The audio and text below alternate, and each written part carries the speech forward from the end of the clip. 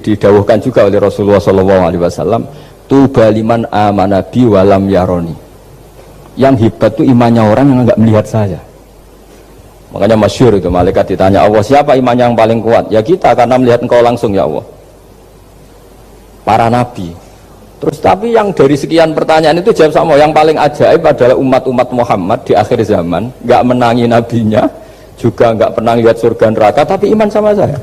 Dan mereka punya cara untuk imannya itu berkualitas sama dengan kamu para malaikat. Ya diantaranya dengan cara logika tadi yang saya utarakan tadi. Am khuliqu min ghairi syai'in am humul khaliqun. Kalau alam raya ini wujud, maka penyebabnya harus sesuatu yang wujud. Masa sesuatu yang enggak wujud menyebabkan yang wujud? Kalau angka 10 ada, 1 juta ada, pasti dimulai angka 1. Makanya nisbatus naini wal arba'ah ila ma la nihayatalaha, itu semuanya nisbatul far'i ilal asli. Semua angka berapapun jumlahnya itu binisbat ilal wahid adalah nisbatul far'i ilal asli. Itu cara-cara, makanya tadi kajian ilmu itu tidak ada habis-habis. Makanya perasaan saya itu kemungkinan orang Islam jadi ateis itu kecil, Pak Fathul Wahid. Saya punya kitab, ini saya ulang lagi, kitab calon wali. Kenapa saya sering cerita wali? Kalau di kampus itu kan orang inginnya ya jadi dekan, jadi rektor, atau jadi menteri lah kira-kira gitu. Kalau di pesantren orang itu cita-citanya satu, ingin jadi wali. Ya supaya majelis ini barokah, saya tidak perlu cerita dunia kampus. Kalau ceritakan corong Jawa Yai Segoro lah. Bongso keinginan gitu kan tidak selera saya, juga ada dunia saya. Supaya sampai dapat ilmu ya saya cerita dunia. Itu kitab, saya punya kitab calon wali lah kira-kira, atau wali sudah wali top, namanya kitab Tasbitul Fuad, karangannya Sayyid Abdul Haddad. Itu beliau cerita, di antara ceritanya itu unik. Kata beliau begini, saya itu tidak khawatir orang Islam jadi murtad, apalagi jadi ateis, karena kalimat la ilaha illallah itu sahlatun qoribah, kalimat yang mudah sekali, sehingga saya tidak khawatir orang Islam yang ketemu orang ateis, ketemu orang macam-macam, asal diajari kalimat ini secara benar. Terus beliau cerita, yang saya takut tuh mereka masalah perempuan dan harta. Kalau iman kayaknya enggak. Singkat cerita yaitu di kitab seperti itu. Singkat cerita saya ketemu banyak orang yang kuliah di McGill atau kuliah di Amerika, di Jerman, mungkin di Norwegia, di mana-mana, di Australia, dan ketemu teman-teman yang di Korea Selatan juga. Mereka itu orang kebanyakan yang nyuwun sewu enggak keluarga kiai, tapi mereka enggak ada yang enggak tetap iman. Ketika saya tanya, kenapa Anda tetap iman? Padahal ada beberapa negara yang lebih stabil, lebih makmur dibanding negara yang mengklaim sebagai negara Islam. Itu cara berpikirnya sederhana. Enggak lah Gus, kayaknya kok Tuhan kok ada tanggal lahirnya? Enggak lah, kayaknya yang namanya Tuhan tuh ya awal lah. Masa pencipta langit bumi dituhani orang yang lahirnya di bumi? Kayak enggak lah kayaknya. Jadi ya berpikir sederhana. Padahal ya kurang ajarnya Masya Allah. Anak ini ya dugem ya macam-macam, tapi kalau ditanya disuruh yang lain nggak mau dia. Enggak lah, kayak yang benar tetap Islam. Karena kalimat ini, yaitu tadi eksistensi Tuhan, tadi eksistensi Allah itu, la ilaha illallah itu kalimatun sahlah, kalimatun qoribah, kalimah yang begitu mudah difahami. Kenapa mudah difahami? Misalnya kita ngaji, Tuhan itu siapa? Yang menciptakan langit dan bumi. Dengan misalnya perbandingan Tuhan itu siapa? Yang lahir di bumi tahun sekian. Enak mana cara kita menerima itu? Kan keren yang menciptakan langit dan bumi. Tuhan itu siapa? Yang ada sebelum langit dan bumi. Dengan misalnya Tuhan adalah yang lahir di bumi. Keren mana? Nah, bayangkan kalau kita punya Tuhan Fir'aun. Sudah mati jadi tontonan kan, terus wah gak keren maksudnya punya Tuhan kok seperti itu. Nah ini yang katanya Syekh Abdul Haddad, kalimat ini sahlatun qoribah. Sehingga kalimat ini pula yang kita dilatih, la ilaha illallah kalimatu haqqin 'alaiha nahya wa 'alaiha namut wa 'alaiha nub'ats atau wa biha nub'ats insyaallah taala minal aminin. Nah, saya sebetulnya tadi datang itu tidak ingin menjelaskan ini, tapi tadi kata Pak Fathul Wahid, ilmu itu kalau dikaji tambah hari tambah mudah, karena perangkat untuk menemukan bulan itu misalnya nggak rata itu gampang sekali. Pakai teori pemandangan ya bisa, pakai teori gambar juga bisa. Kalau teori pemandangan tadi, kalau kita bisa melihat mobil 2 meter masih kelihatan 2 meter, itu dengan jarak berapa masih orisinil seperti itu. Tambah jauh, tambah tidak kelihatan, tambah jauh. Nah ternyata setelah 5 kilo misalnya tidak kelihatan. Berarti untuk jumlah 2 meter hilang per 5 kilo. Nah berarti kalau bulan masih kelihatan segitu, berarti jarak kita dan bulan kira-kira sekian ribu kilo. Itu bisa dihitung, itu tanpa teknologi. Makanya sebetulnya teknologi itu nyumbang itu nggak sampai 30%. Yang paling banyak ya sains tadi, pengetahuan itu yang kayak tadi orang menemukan pesawat itu kontribusi terbesar tetap pengetahuan. Misalnya pesawat dari bahan ini kalau kecepatan sekian kena angin pecah enggak, tetap pengetahuan yang menopang itu. Teknologi kan paling mengantar supaya pesawat kecepatan sekian didorong mesin sekian dengan apa begitu. Nah, pesantren seperti kita ya, saya ini dididik Mbah Mun, dididik bapak saya, buyut-buyut saya, kiai. Itu sekali alim, yang alim betulan, itu ya alim betul. Ya karena memang yang repot nih yang agak-agak dukun itu ya ribet itu. Penting rambutnya gondrong, terus terkenal gak pernah mandi, terus nanti ada orang tertentu tertarik minta doa, ini yang ribet ini, susah ini sertifikasinya susah ini karena. Tapi kalau kita ini di pesantren yang cara sertifikasinya jelas. Jadi berani jadi Gus harus bisa baca Mu'in gitu, berani jadi Kiai harus bisa baca Wahab. Aturan mainnya jelas kalau di ini. Yang repot tuh yang sebagian itu aturan mainnya tidak jelas. Terus promosinya itu pernah datangi menteri loh, pernah datangi wahai ribet kalau ukuran keren tuh didatangi apa? Menteri atau pejabat. Saya teruskan ya, karena ilmu itu harus menyelamatkan kita sampai di depan Allah Subhanahu wa ta'ala. Nah, ketika kita menyifati Allah itu az-zahir, zat yang begitu jelas, itu kalau kita kan kok begitu jelas padahal nggak bisa dilihat, terus kita sendiri tidak pernah melihat. Tapi eksistensi Tuhan sebagai Tuhan, yaitu al-wajibil wujud, itu jelas sekali, karena nggak mungkin suatu yang wujud diciptakan oleh yang tidak wujud. Kenapa harus awal? Masa pencipta datangnya terlambat? Terus juga harus bakok itu abadi atau al-akhir kalau dalam bahasa Quran. Masa zat yang superior kemudian kalah sama yang diciptakan? Berarti nanti ada kekuatan besar yang mengalahkan Tuhan. Ya kan ya aneh, kekuatan ini dalam kendalinya kemudian Allah kalah kan tidak mungkin. Makanya disebut al-akhir. Allah pasti tidak ada yang mengalahkan. Terus diantaranya lagi disebut qiyamuhu binafsihi. Kalau dalam bahasa Quran disebut al-qayyum, zat yang berdiri sendiri. Nggak boleh Tuhan butuh yang lain. Kalau butuh yang lain berarti bergantung pada yang lain, dan nggak usah jadi Tuhan lah kalau masih butuh yang lain.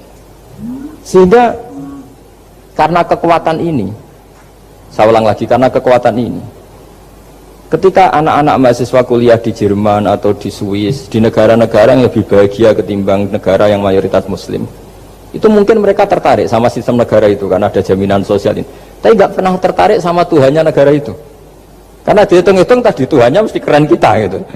Jadi ini cerita ke saya Abdul Haddad, kata saya Haddad, kamu tidak usah khawatir lah umat Islam murtad atau jadi ateis gitu, karena penjelasan tauhid Islam itu begitu jelas. Jadi by design manusia itu pasti nerima tauhid kira-kira gitu. Jadi ini pentingnya az-zahir. Jadi Allah itu begitu apa? Jelas. Tapi Allah juga mensifati dirinya al-batin. Nah, al-batin itu gak mudah dikenali. Kenapa? Karena tubuh kita desainnya ini profan, tubuh kita tidak sempurna, rentan.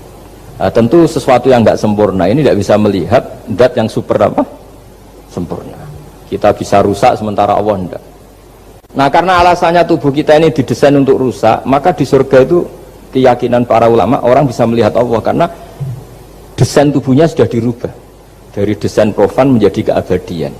Sehingga di sini terus ada kelayakan melihat. Itu pun tetap min ghairi kaifin walan hisorin, tetap ya bisa melihat, tapi corong Jawa itu keceluk melihat tapi tidak sampai faham. Karena bagaimanapun Allah itu la tudrikul absar wa huwa yudrikul absar. Bagaimanapun Allah itu laisa kamitslihi syai'un, tidak ada padanannya. Jadi makanya Allah punya sisi az-zahir bisa dikenali sekali. Kenapa? Ya tadi nisbatus naini wal arba'ah ila ma la nihayata laha, itu nisbatul far'i ilal asli. Saya punya kitab Pak Fathul Wahid, diajar Mbah Mun dulu, kitab Al-Husunul Hamidiyah. Itu yang ngarang itu ya kayak kelihatan ngawur, tapi ngawurnya orang alim. Jadi di situ ada gambar, gambarnya itu nggak jelas. Mungkin pengarangnya juga nggak bisa gambar kayaknya. Wah bulat, benang bulat ada, gambar gunung ada, gambar yang tambah ngawur ya banyak sekali. Gambarnya itu nggak ada yang jelas. Tapi dari nggak jelas itu beliau bilang gini, gambar yang bulat ini, yang nggak jelas ini, tetap kamu punya rumus kan? Itu dimulai dari satu titik. Mau gambar gedung tingkat 5, mau gambar hutan ada harimaunya, tetap dimulai dari satu titik. Ya alam raya ya seperti itu, mau ada Mars, cek mau ada Jupiter, kayak tetap dimulai dari situ titik. Nah, ini namanya nuqtatul wujud, titik kewujudan, yaitu Allah Subhanahu wa ta'ala. Sehingga ketika kita ngaji, ketika di pesantren dulu, penjelasannya adalah Al-Quran maknanya dipadatkan di Fatihah, Fatihah dipadatkan di Bismillah, katanya Bismillah dipadatkan di titiknya ba. Nah titik ba ini dianggap titik awal wujud, bi kana makana wa bi yakunu ma yakun. Kira-kira Allah mentitahkan karena saya semuanya yang ada, dan karena saya yang mau ada bisa saya adakan. Nah, itu sirinya lah. Jadi menerangkan tauhid itu pakai gambar. Gambarnya keliru sekali lah kalau dalam orang seni mesti lihat gak seni itu. Karena dia agak butuh gambarnya, butuh mau menjelaskan buat dunia sebanyak ini, buat alam raya sebanyak ini tetap dimulai dari satu titik. Nah, sehingga di sini ada tauhid qul huwallahu ahad, Allahus samad, tak terusnya. Nah, saya mohon lewat penjelasan ini ya, baik orang yang ahli teknik maupun ahli medis, ahli apa saja, tolong latihlah memberi penjelasan yang mudah sehingga agama ini mudah dicerna. Sehingga kalau ini dijelaskan cara mudah beragama itu jadi gampang. Makanya ciri utama agamanya orang-orang baik itu satu, man radiya billahi robba. Radiya itu seneng banget. Kenapa seneng banget? Karena memang agama ini nyaman, indah. Jadi datang dengan kebenaran yang mudah dicerna. Coba kalau agama ini datang dengan cara misalnya gini, kamu harus menuhankan ini, dan kita tahu itu lahirnya di bumi, kan ada yang ganjel. Kok Tuhan sama buminya dulu, buminya ini gimana ini? Kan pusing. Buat Anda profesor nggak bisa jawab itu. Tapi kalau Tuhan itu adalah yang ada sebelum langit dan bumi, kan ya iyalah, masa Tuhan terlambat datangnya, kan terus enak itu menerimanya itu. Makanya diantara kekalahan Fir'aun berdebat, ya Nabi Musa ya Nabi lah, juga proses ya. Nabi Musa ketika ditanya Fir'aun, wa ma rabbul alamin, Tuhan kamu itu siapa? Jawabnya Nabi Musa, rabbus samawati wal ardi, yang menuhani langit dan bumi. Itu Fir'aun masih bisa ngeles. Saya jalan-jalan kemana-mana, yang dituhankan saya, berarti yang Tuhan ya saya dong. Ma'alim tulakum min ilahin apa? Ghairi, kata Fir'aun. Soal Tuhan kamu di langit, begini kata Fir'aun. Haman dipanggil, Haman bikinkan piramida yang paling tinggi, saya ingin melihat Tuhannya Musa. Musa bingung kan, padahal kalau naik piramida nanti Fir'aun pun tidak bisa melihat Allah kan. Wong yang Nabi yang kiai aja gak bisa melihat, apalagi Fir'aun. Padahal celakanya ketika dia tidak melihat Allah, dia akan mengatakan Allah itu tidak ada, ribet kan. Itu penjelasan tentang Tuhan ini sebetulnya sudah absolut lah. Rabbus samawati wal ardi, Tuhannya langit dan bumi. Tapi itu gak ngefek, di perdebatan gak ngefek. Yang ngefek adalah ketika Musa bilang gini, Rabbukum wa rabbu abaikumul awwalin, sing nuhani buyutem. Wah kaget pengawal-pengawalnya langsung do iman meskipun secara siron, secara rahasia. Iya, nah, Quran pangeran berarti buyutnya rati pangeran. Kan pangerannya putu nih, berarti buyutnya wah ribet kan. Ya kalau Fir'aun Tuhan, bapaknya tambah Tuhan kan, mbahnya buyutnya. Akhirnya kata pengawal Quran, geblek tenan Fir'aun. Artinya apa? Kadang argumentasi yang sudah benar, yaitu Tuhannya langit dan bumi kan ya benar lah. Tapi itu tidak ngefek di perdebatan, tidak ngefek. Yang ngefek adalah ketika Rabbukum wa rabbu abaikumul awwalin, yang nuhani nenek moyang kamu. Orang mulai mikir kalau Fir'aun itu Tuhan, lalu nenek moyangnya Tuhannya siapa? Jadi ini seninya, makanya diantara syarat Nabi, jadi Nabi itu sidik, amanat, tabligh, fatona. Fatona itu ada kecerdasan. Dulu Nabi ya sering dibully, jangan kira Nabi itu nggak sering dibully, sering juga Pak Rektor. Jadi ada unta itu kena kudis. Kudis itu ya jenis penyakit menular lah.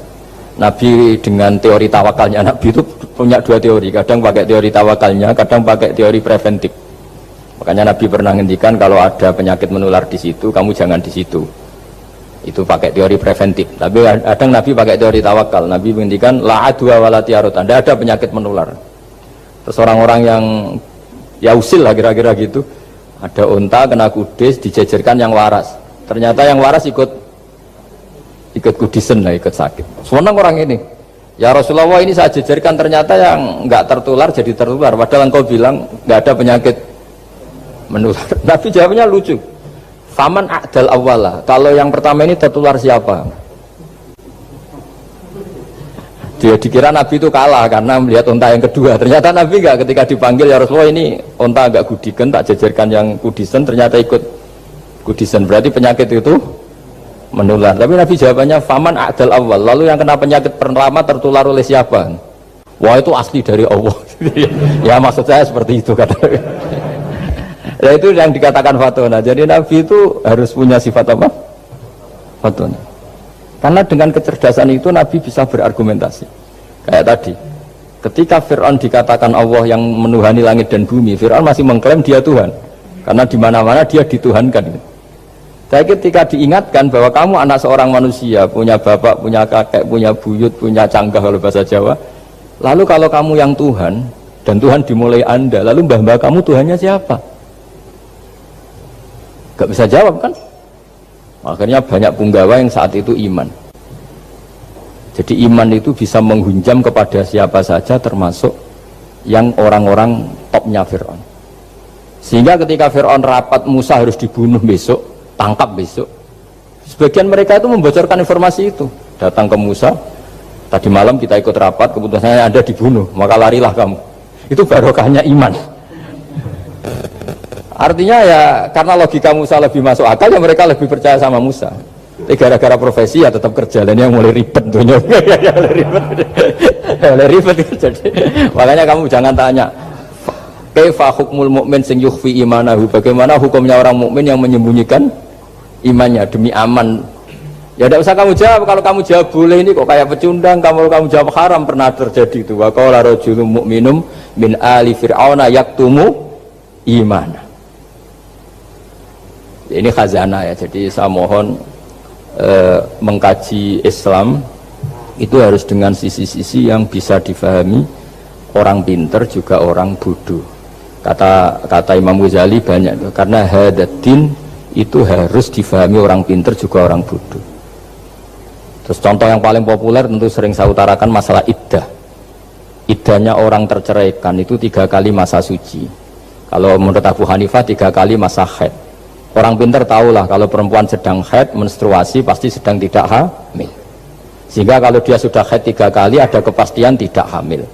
Kalau tidak hamil artinya apa? Nggak ada sperma dari zaut awal, suami pertama yang jadi anak dia. Padahal tujuan iddah adalah nanti kalau di hubungan suami istri sama suami kedua, jelas anaknya suami kedua.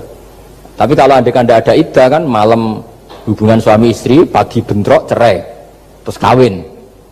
Kumpul suami istri lagi, terus nanti anaknya itu anaknya siapa? Kan nggak jelas. Kalau sampean bisa klaim lewat DNA juga mungkin secara ilmu objektif Pak Rektor. Masalahnya juga bisa disuap kan? Saya sering dibantah orang-orang itu. Wah Gus, DNA itu otoritatif karena gini-gini, nggak mungkin, bohong kamu. Ya DNA-nya nggak bohong, pegawainya bisa disuap kan? Kayak nggak tahu manusia apa nggak tahu Indonesia, nggak tahu terus. Itu yang sensitif itu, yang mulai wilayah sensitif itu. Kayak tahu manusia apa kayak tahu Indonesia? Manusia aja ya sudah. Berarti Anda sangat nasionalis. Jadi ribet kan? Maka dianjurkan ada iddah. Dengan iddah selesai berarti benar-benar perempuan ini bara'atur rahmi, rahimnya steril dari unsur mani zaut awal. Dan kalau 3 kali masa suci itu artinya apa? Kira-kira 3 bulan. Kira-kira ya, wal mutallaqatu yatarabbasna bi anfusina salah satu apa? Huruf. Pertanyaannya kalau 3 bulan, andai kan tidak pakai teori ilmiah, menstruasi itu sudah teori ilmiah. Ada yang tanya ke saya, Gus kenapa harus sampai 3 kali, padahal menstruasi pertama pasti sudah tidak hamil? Saya jawab, menstruasi pertama itu namanya keluar darah, nggak ada jaminan kalau itu haid, bisa saja keluar darah karena kaget, karena kecelakaan, karena apa. Sehingga kalau misalnya perempuan diceraikan, Gus saya sudah haid, yang jamin kalau itu haid siapa? Maksudnya keluar darah dengan makna tidak hamil. Biasa saja keluar darah kali ini faktor kaget ya, atau faktor kecelakaan. Tapi kalau sampai 3 bulan, karena per bulan haid sekali, itu meskipun haidnya keliru, haid keliru itu misalnya sebetulnya itu enggak darah haid tapi darah penyakit istiqatoh, kan tetap kelihatan. Masa 3 bulan enggak bleeding Joro Jawa? Kan mesti bentuknya tubuh sudah rubah. Artinya kata ulama-ulama, agama ini nggak bisa hanya mengacu ilmu. Kalau mengacu ilmu haid sekali sudah cukup. Tapi kenapa harus 3 kali? Karena itu 3 kali orang awam tahu semua kalau itu sedang hamil atau tidak hamil. 3 bulan dari dicerai kan kelihatan kalau hamil ya bentuk tubuhnya sudah rubah, kalau enggak. Intinya agama ini harus agama yang mudah difahami orang pinter, juga difahami orang yang tidak pinter. Kayak tadi bulan tadi, saya juga gak ngira kalau orang goblok jadi pinter itu. Jadi ini cerita ya, jadi supaya kita meskipun di lembaga kampus, di lembaga modern, jangan lupa tradisi-tradisi kebodohan ya diabadikan lah kira-kira itu, karena bodoh kadang ya penting. Makanya kalau cerita di dunia wali itu kata Anda boleh gak nerima cerita ini, tapi Anda harus percaya kalau kekuasaan Allah itu tidak terbatas. Kenapa orang Madura begitu mencintai kiai? Sebetulnya niatnya ya agak baik, tapi ya nggak baik tapi baik. Ada santri itu Madura, dia saking percaya sama kiai itu ya khidmah, bikin teh, masakan kiai, mijitin kiai, pokoknya waktunya diberikan semua untuk kiai. Dan dia nggak pernah ikut ujian, apalagi ujian kelulusan disertasi dokter nggak pernah dia. Kalau sekolah nggak pernah ikut ujian. Sudah ya saya ridho jadi orang bodoh, sementing ikut jenengan. Suatu saat orang ini mati, kiainya tuh pusing, waduh mati. Nah, ini di dalam alam mimpi itu, kamu boleh gak percaya, nggak wajib percaya memang. Ini kan ada akidah, jadi tidak wajib percaya. Ditanya sama malaikat, Marabbuka, Tuhan kamu siapa? Jawabannya lucu, malaikat kamu itu gimana? Di mana-mana tanya sama orang pinter, orang bodoh kok kamu tanya? Pusing kan malaikatnya. Di mana-mana namanya tanya, itu ya sama orang pinter, masa orang bodoh ditanya? Yang bener aja kamu. Makanya bodoh ini ya senjata, makanya ini kita kalau pinter ya alhamdulillah, kalau bodoh ya alhamdulillah kan. Bodoh itu penting. Kalau negara ini tidak makmur, yang disalahkan mesti para rektor. Gunanya apa ada rektor kalau nggak solusi bagi bangsa ini? Orang bodoh pasti nggak disalahkan kan? Nanti kalau ada hisab, kenapa Indonesia carut marut? Yang dipanggil Allah itu menteri rektor, pasti itu. Apa kontribusi Anda sebagai orang pinter, sebagai profesor, sebagai orang bodoh aman? Santai, nggak kena panggilan kan? Karena ada harus bertanggung coba. Akhirnya terus malaikat tanya, lalu yang pinter siapa? Yang di atas itu, kiainya yang nalkin itu, yang di atas itu. Walhasil kiainya itu karena wali itu dengar, ya lecom bodoh kok terus nganti wis mati. bodoh kok kamu bawa sampai mati. Jadi kadang orang bodoh itu ya pinter tadi, malaikat tuh kamu itu gimana? Di mana-mana tanya itu ya sama orang pinter, orang bodoh kok kamu tanya. Ya ribet kan kalau sudah ketemu seperti itu.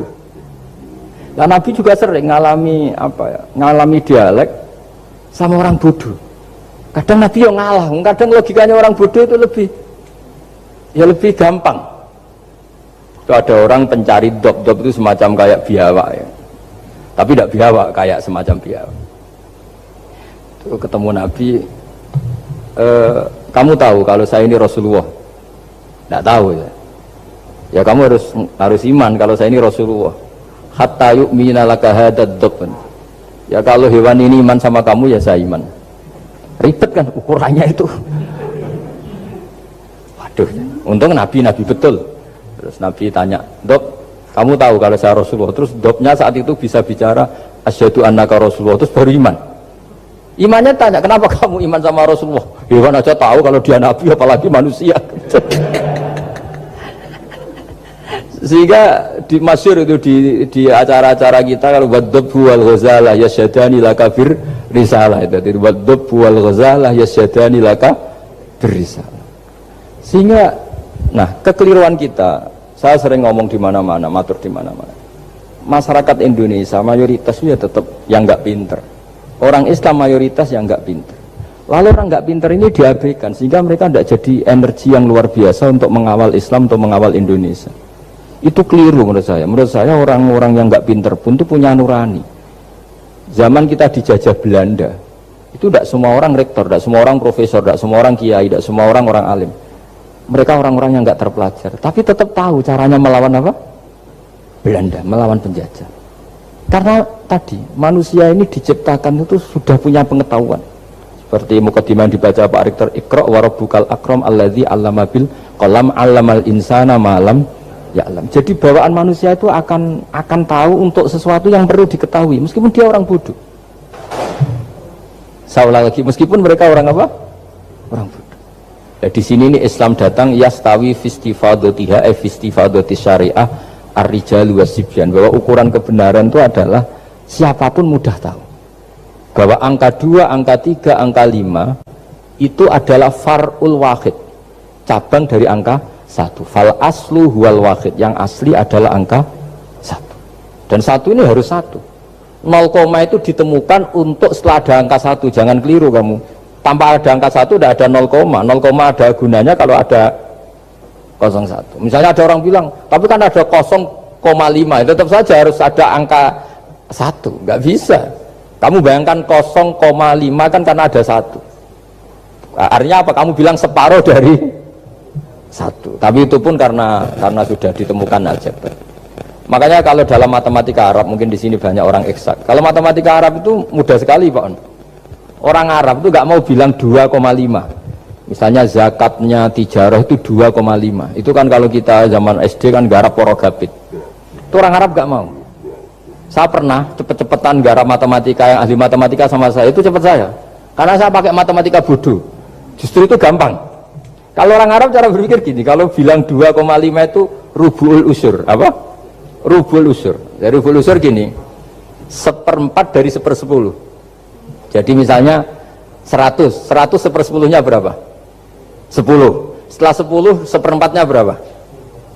2,5. Jadi bertahap, rubu'ul usur. Sehingga misalnya gitu, 1 juta kan angkanya nolnya kan 6. Kalau kamu porogabit 2,5 kan kuweselan dia porogabit. Kalau orang Arab gampang, 1 juta 1/10-nya berapa? 100. 1/4-nya 25. Berarti 2,5-nya 1 juta 25.000. Orang Arab bilangnya rubu'ul usur. 1/4 dari 1/10. Jadi di 1/10-kan dulu baru di 1/4. Jadi lebih cepat. Sampai pakarnya tanya, Gus kok bisa gini? Wah, aku anak kiai ngawur. Saya ini, makanya banyak orang pesantren itu pintar matematika. Sebetulnya matematika model, ya sebenarnya kayak agak model bodoh itu. Tapi itu gampang, orang awam gampang. Kalau kita kan enggak, misalnya zakatnya zuruk, zakatnya tanaman itu 1/10 atau 1/20. Kalau orang Arab enggak mau 1/10 atau 1/20. Berarti kalau 100 ton atau 100 pintal berarti berapa? 10 atau 5 kan? 1/10-nya 100 berapa? 10.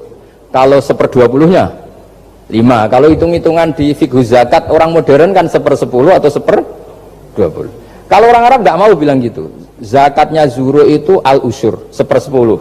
Berarti per 100 ton misalnya 10. Atau nisful usyur, separuh dari 1/10. Jadi nggak mau bilang 1/20. Usyur atau nisful usyur. Gampang mana coba? Ya kan, usurnya kan 10. Kalau nisful usur 5 atau 1/20. Daripada gawe porogabit, wah seruat.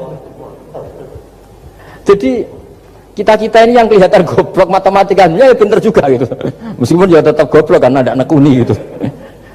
Sehingga di pondok itu ya dulu diajarkan faraid, falak itu ya gampang sekali karena memang hitungan Arab gitu. Kalau bilang 2/3 itu sulusani apa? Jadi 6. 2/3-nya 6 berapa? 6 sulusnya berapa? Sepertiganya 2. Nah, sepertiga itu sepertiga 2 kali. Berarti berapa? 4. Ya, 6 itu 2/3-nya kan? Pokoknya bahasa Arabnya sulusan. Kalau orang terjemahnya berapa? Kalau orang 2 kali sepertiga, Pak. 2/3. Sulusan itu 2/3. Nah, itu kalau orang Arab bilang nggak 2/3, sulusani. Sepertiga 2 kali. Jadi 6 di sepertiga dulu 2. Nah 2 itu 2 kali. Berarti berapa? 4. Jadi itu. Nah Quran itu ya kira-kira gitu. Jadi kelihatannya goblok, tapi itu pinter itu. Yang porogabit kelihatannya pinter, tapi tidak pinter. Ukuran orang pinter mempermudah yang sulit. Jangan mempersulit yang mudah kan itu. Makanya saya bilang ini yang pinter yang mana itu. Nah, Saya kembali lagi ke tadi. Jadi agama ini datang dengan sebegitu mudah. Sampai matematika yang katanya sulit, itu matematika Islam itu mudah sekali. Karena tadi, misalnya kalau 1 miliar zakatnya 2,5% berapa? Kan pusing kan? Tapi kalau kamu pakai teori rubul usur 1 miliar, usurnya 100 juta. Seperempatnya 25 juta. Berarti per 1 miliar. Gampang mana coba sama ngomong itu. Nanti ada yang nyeleduk gampang kalkulator Gus. Ya ribet lagi kan kalau kalkulatornya pas hilang. Atau pas dipakai anaknya belajar daring, ribet kan HP-nya. Jadi ini cerita ya. Jadi seperti yang kita katakan Pak Rekro tadi, sebetulnya ciri utama ilmuwan atau ulama atau profesor atau doktor itu usahakanlah yang mudah itu, yang sulit itu menjadi apa? Mudah. Yuridu wa bikumul yusra wa la yuridu bikumul usra. Sehingga kata Imam Alamudi, dia menjadi wali besar itu justru karena belajar tauhid. Yang dari belajar matematika tadi, dari matematika dia tahu bahwa angka berapapun jumlahnya itu binisbat ilal wahid, itu semuanya nisbatul far'i ilal asli. Semua itu cabang dari satu. Alam ini kayak apa besarnya, apa Mars, ada Jupiter, tetap semuanya nisbatnya ke Allah adalah nisbatul far'i ilal asli. Semua itu diciptakan oleh pokok